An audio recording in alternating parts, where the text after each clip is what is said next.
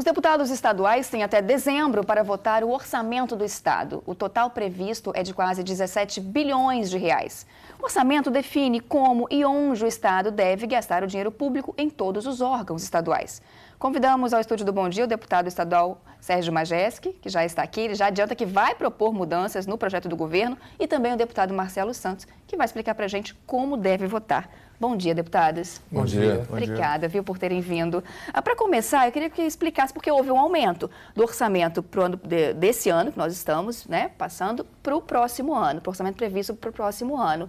Onde o governo pretende gastar esse valor a mais?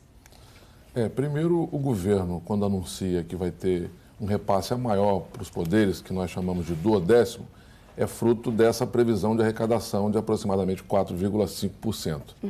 Então, diante disso, ele repassa para os poderes esse duodécimo em aproximadamente 4,5%. Então, isso já é um comprometimento da arrecadação. Outros investimentos serão feitos em áreas essenciais, como saúde, educação e segurança, que aumentaram o seu orçamento para investimento na previsão orçamentária 2018. Tem descrição desses gastos? Deputado Sérgio Majeski, que atua muito na área da educação, por exemplo, onde o Estado vai colocar dinheiro na educação, se é na construção de escolas, de creches? Não, é a mesma situação do ano passado, dos outros orçamentos. Então, menciona quanto, por exemplo, previsão para salário de professores, previsão para reforma de escolas. Então, tem está estipulado, ocorre que o governo ele pode mexer nisso, inclusive sem autorização da Assembleia. 20% do orçamento pode ser mexido sem autorização da Assembleia Legislativa. Então, não há garantias de que isso exatamente vá ser colocado onde é que está dito no orçamento, né? Agora, professor, o senhor já disse que já adiantou que vai propor mudanças ao projeto enviado. Quais são as mudanças principais aí que o senhor vai propor? Sobretudo na educação. Porque, assim, aqui no Estado, desde 2011, que o governo não cumpre o mínimo constitucional de investimento de 25% na educação. E usa parte disso, que é o dinheiro do MDE, para pagamento de pensionistas e aposentados. Então, nós vamos tentar fazer o que nós fizemos no ano passado. Tentar alocar dinheiro de outras áreas, né, previsão de reformas e não sei mais o que, para tentar suprir isso que o governo usa de dinheiro do MDE para pagamento de aposentados e pensionistas. Vamos explicar para quem está em casa o que é o MDE, de que forma esse recurso deveria ser utilizado? Então, o MDE é a manutenção e desenvolvimento da educação. É um recurso que só pode ser utilizado para aquilo que resulte em melhorias da educação. Então, obviamente, aposentadorias e pensões nada tem a ver com investimento em educação. Então, a Lei de Diretrizes e Bases, no artigo 70 e 71, ela especifica claramente o que é que pode ser usado esse dinheiro e o que não pode. E aqui no Espírito Santo, desde 2004 começou a se fazer isso, mas a partir de 2011 é que começou a atingir os 25%. Então, inclusive, foi criada uma resolução pelo Tribunal de Contas para amparar isso, mas é inconstitucional. Então, o governo usa isso e diz assim, não, isso é dinheiro também investido em educação, porque eu estou pagando professores e pedagogos, aposentados, enfim. Esse dinheiro tem que vir do Fundo Previdenciário ou do Fundo Financeiro do governo. Não pode sair do MDE. O MDE, isso é uma previsão constitucional.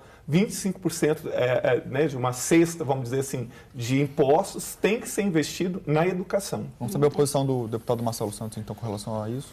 Não, a minha posição é de muita cautela, né? Nós temos aí a maior crise que o Estado brasileiro já passou, o Espírito Santo não fica fora disso. Só para se ter um exemplo, no ano de 2015, nós tivemos um corte no orçamento de mais de 1 bilhão e 300 milhões de reais. Isso por conta dessa crise que assolou o Estado brasileiro, como eu disse no começo. Então, agora, com responsabilidade, nós temos que estar juntos, porque a Constituição prevê que os poderes são independentes, a Assembleia é independente, ela pode votar, emendar o orçamento, fazer propostas como essa que o deputado Sérgio Majeski propõe. E ela é salutar, porque ela provoca o debate. Mas nós somos harmônicos, e aí, para dizer o que significa isso, basta ir ao estado vizinho, Rio de Janeiro. Porque quando o crescimento econômico aconteceu no país, e eu me recordo, porque eu cheguei na Assembleia em 2003, nós tínhamos capacidade de investimento de apenas 50 milhões. E o orçamento do Estado não passava dos 5 bilhões de reais, não passava. E hoje nós temos um orçamento que ultrapassa a casa dos 15 bilhões de reais. Fruto de quê? De uma gestão moderna e eficiente. É claro que a crise chegou e pegou todos nós, porque o governo central omitiu a informação de que a curva estava caindo de arrecadação e havia uma desorganização no governo central que criou, em efeito cascata, um problema para todos os estados. Rio de Janeiro está tendo que vender a folha de pagamento para honrar o pagamento dos servidores. Imagine você, diferente aqui do Espírito Santo, nós estamos pagando servidor em dia, fornecedor em dia, e temos a condição agora, após a avaliação do primeiro trimestre de 2018, apresentar uma proposta de reajuste salarial para os servidores, já tendo, inclusive, o aumento do repasse do duodécimo de aproximadamente 4,5%. Então, assim, é salutar, propor o debate, mas nós temos que entender que nós não estamos vivendo num mundo perfeito, a crise ainda não acabou, nós tivemos meramente um pequeno repasse a mais de oxigênio por conta dessa gestão, e aí nós temos a condição de apresentar um aumento de investimentos na área de educação, de saúde e de segurança pública, por exemplo. Pois é, durante todo esse período de crise, né, o governo do estado disse, estamos fazendo o ajuste fiscal, estamos reduzindo gastos, e agora vem com esse aumento para o orçamento para o próximo ano. O estado vai ter dinheiro para honrar com esse orçamento, deputado? Com certeza. Na verdade, o estado está se balizando pela inflação projetada para 2018 pela Secretaria do Tesouro Nacional, que é a projeção nossa de arrecadação.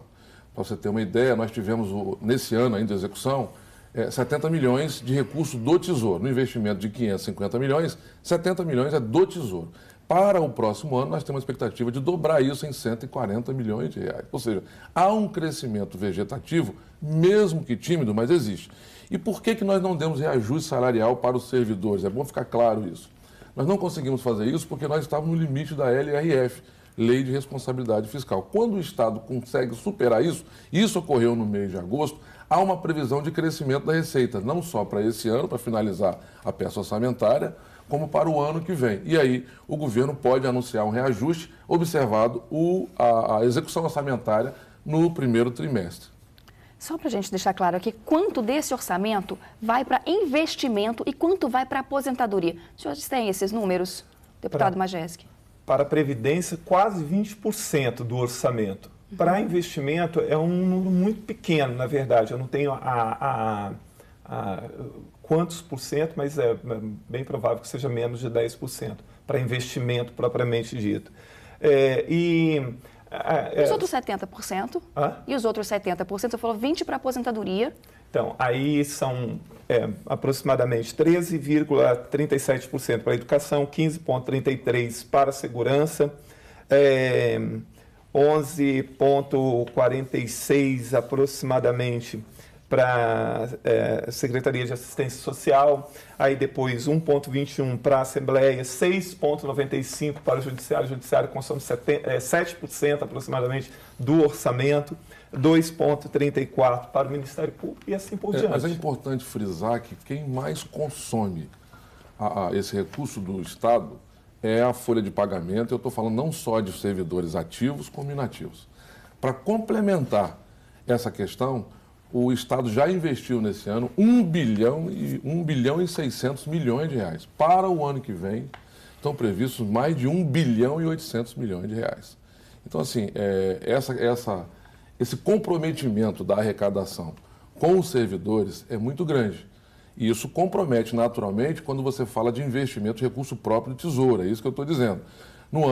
Nesse ano, a previsão é de que nós façamos investimentos de recurso do Tesouro de aproximadamente 70 milhões de reais. Para o ano que vem, serão 140 milhões de reais. Mas num todo de 550 milhões de investimentos, mais 140 de fonte do Tesouro. Ou seja, nós passamos da casa dos 650 milhões de reais. Vale o registro que já investimos 1 bilhão e meio de reais. Ou seja, isso demonstra como é que caiu a nossa receita. O barril de petróleo, que custava antes $100, chegou a $30. E hoje oscila na faixa de 48 dólares e meio. Além de tudo, você tem o Fundap, você tem essa seca que provocou estragos enormes na nossa economia, né? Principalmente no setor de café, pecuária. E isso é um mosaico negativo que foi sendo preenchido por esses problemas. Então, e eu quero dizer assim, eu não estou aqui com procuração para falar em nome do governo, eu estou fazendo uma análise junto com o deputado Sérgio Majewski sobre o orçamento que chega. Mas eu acredito que o que nós estamos fazendo, diferente dos demais estados brasileiros, vai colocar o Espírito Santo, quando essa crise acabar, ou pelo menos perder mais força, como um dos principais estados em destaque no país para investir e melhorar, por exemplo, questões salariais de servidores públicos. O deputado então, Marcelo Santos está dizendo para a gente que o Estado vai ter como arcar com esse orçamento e que, na opinião do senhor acha que está feito da forma que deve ser feito mesmo.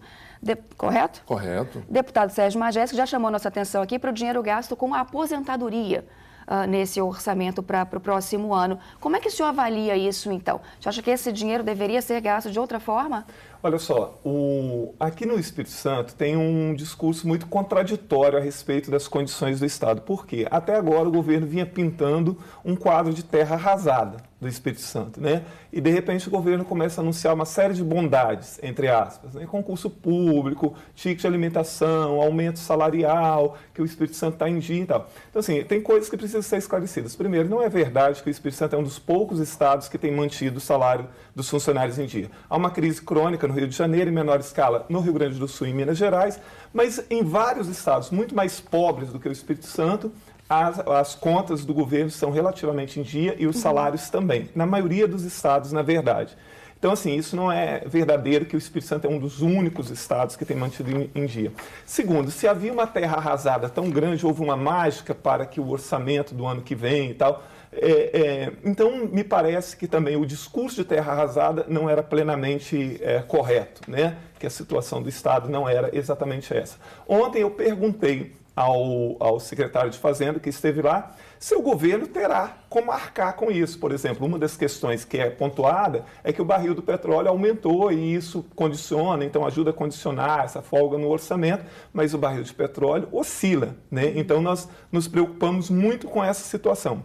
A respeito da Previdência, aqui no Espírito Santo, a Previdência, o Instituto, né, dos Funcionários Públicos, o IPJM, ele, na verdade, ele é dividido em dois fundos. Em 2004, o governo fez uma coisa boa, ele separou, né, aquilo que chamou de segregação de massas.